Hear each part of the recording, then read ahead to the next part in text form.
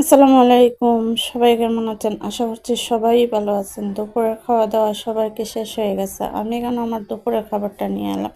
আজকের দুপুরের আয়োজনে আছে ট্যাংরা মাছ। শুধু একটা তরকারি আমি আমার নিজের জন্য রান্না করেছি। সবাই তো গোশত দিয়ে খেয়েছেন, কিন্তু আমি গোশত খাই না। যার কারণে আমি শুধু ট্যাংরা মাছটা আমার জন্য রান্না করেছি। আর যারা আমার ভিডিও দেখেন তারা তো জানেনই আমি সবজি লাভার। আমি সবজি খুব পছন্দ করি।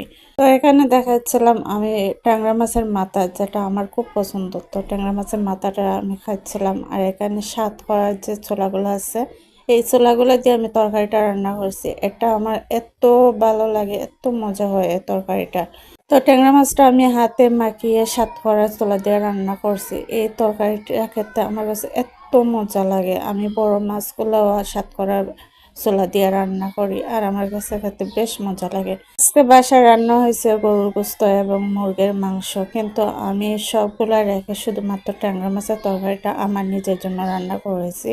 তো ট্যাংরা মাছের তরকারিটা অনেক মজা হয়েছে। একে একে ট্যাংরা মাছ তো আমার আম্মু ভীষণ পছন্দ করেছে। আমি মেয়েটা খেয়ে বলছে অনেক মজা হয়েছে, কিন্তু আমার ইচ্ছে ছিল একটু শাক রান্না করব, কিন্তু গরমের জন্য আমি বাইরে যাইনি, যেহেতু বাইরে প্রচণ্ড গরম। তো আমার মনে হলো আমি একটু সন্ধ্যা হলে বাইর হবো, তখন আমি শাক টাক এগুলো নিয়ে আসবো। আর বাসায় আর গোস্ত রান্না করবো না, কারণ গোস্ত খেতে খেতে সবাই একদম বোরিং হয়ে গেছে।